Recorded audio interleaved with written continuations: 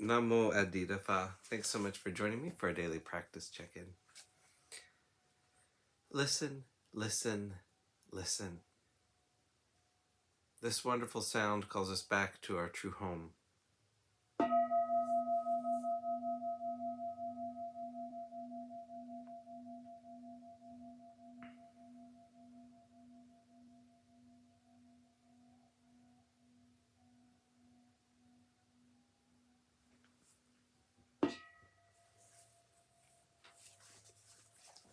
The second mindfulness training. Aware of the suffering caused by exploitation, social injustice, stealing, and oppression, I vow to cultivate loving kindness and learn ways to work for the well-being of people, animals, plants, and minerals. I will practice generosity by sharing my time, energy, and material resources with those who are in real need. I'm determined not to steal and not to possess anything that should belong to others. I will respect the property of others, but I will prevent others from profiting from human suffering or the suffering of other species on earth.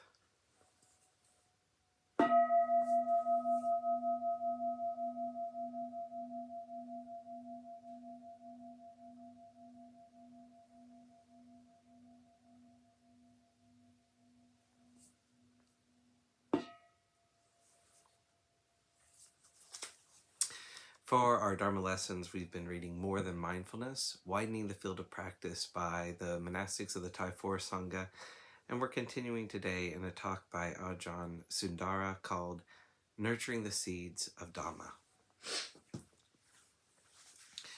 The theme that interested me on my trip was something that I had heard before from the forest teachers in Thailand. They say that the Westerners have a very strong mind. They have very strong intention and determination. They have a huge amount of knowledge, but what is missing with Westerners is the power of sustaining things to the point where they can actually harvest the result of their practice. They have this impatience which wants to get things quickly, to have instant results, to have instant gratification. And the frustration that comes into the mind when this does not happen. I think it's difficult for us to accept that the result of one's practice may have several causes or seeds. If these seeds are not growing in oneself, it's very difficult to enable them to ripen to the point of realization. Sometimes I think this is forgotten. We don't place enough attention on that. When you plant a seed in your mind, let's say a seed of the Dhamma knowledge, it takes certain conditions to make it grow, to make it healthy, to make it mature to the point of full realization. If we talk about the seeds of the Dhamma in the mind, this is what insight is about. Insight is when suddenly the fruit is ripe and you know that you have let go of something. You know that something has just finished. The conditioning of delusion, the conditioning of anger, the conditioning of greed, they are the three states of mind the Buddha said we need to be free from to come to the realization of Nibbana. It can be a broad generalization when we consider those three states of mind: greed, hatred, and delusion. There's a whole spectrum of those mind states, the quality, the strength, the power, and the manifestation of them. At times, it's very difficult to see the mind. We can understand these words. We can read a lot about those mind states. We can be very knowledgeable as a psychologist or a psychiatrist, as a doctor, or someone who has studied them. But we need to bring patience, attention, and powerful mindfulness to these manifestations of the mind to the point where we can see clearly how they arise and how they manifest and what kind of message they give. To be able to recognize fully when they arise in the mind is not always easy. Avijja means the power of not knowing. A means without. Vijja means knowledge, without knowledge. Avijja has the power to make you forget, to make you ignore certain signs that are very important. Signs that are important because they support the maturation of the seeds of the Dhamma wisdom. Signs that also support the realization of the nature of the mind states that the Buddha very clearly mapped out as being anicca, dukkha, and anatta, impermanence, suffering, and not self. As I mentioned before, causes need to be put in place to be able to come to the point of letting go. One of the causes is the capacity to sustain attention for a long time on consciousness, on the mind. By attention, I mean mindfulness.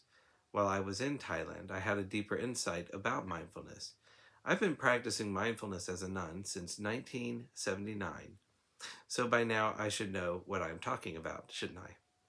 But mindfulness is not something that you know something about necessarily. Mindfulness is a quality of mind that enables things to die. It's nice to hear that Ajahn Chah said, mindfulness is the graveyard of all things. We don't like things to die, do we? We like to talk about springtime, about new growth and all the positive aspects of birth, but the language we use sometimes in the West is a very sweet language. We try to accommodate our language to the psychology that makes us feel good. It's not unskillful, otherwise people may not be interested in liberating their heart. So this is maybe the first step. The Buddha talks about the third noble truth of Nirodha, the cessation of attachment, the cessation of conditioning. For that, we need to be able to sustain mindfulness to the point where things actually go, to come to the point where you can see something cease. You might have to look at its pattern of arising and ceasing for a long time before you come to the full knowledge that something has gone. With our impatience, we want things to go really fast, and our knowledge is a cause of impatience. The fact that we know so well the whole thing, but we can't do it yet. Between that and our knowledge and the goal that we have in mind, the goal that we've read about, there's a lot of impatience and frustration that can manifest emotionally, and manifests even without us knowing it sometimes.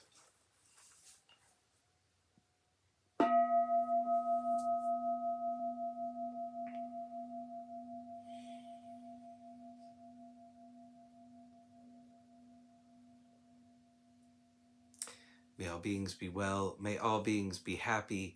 May all beings be peaceful. Namo Adida Phat. Thanks so much for joining me today.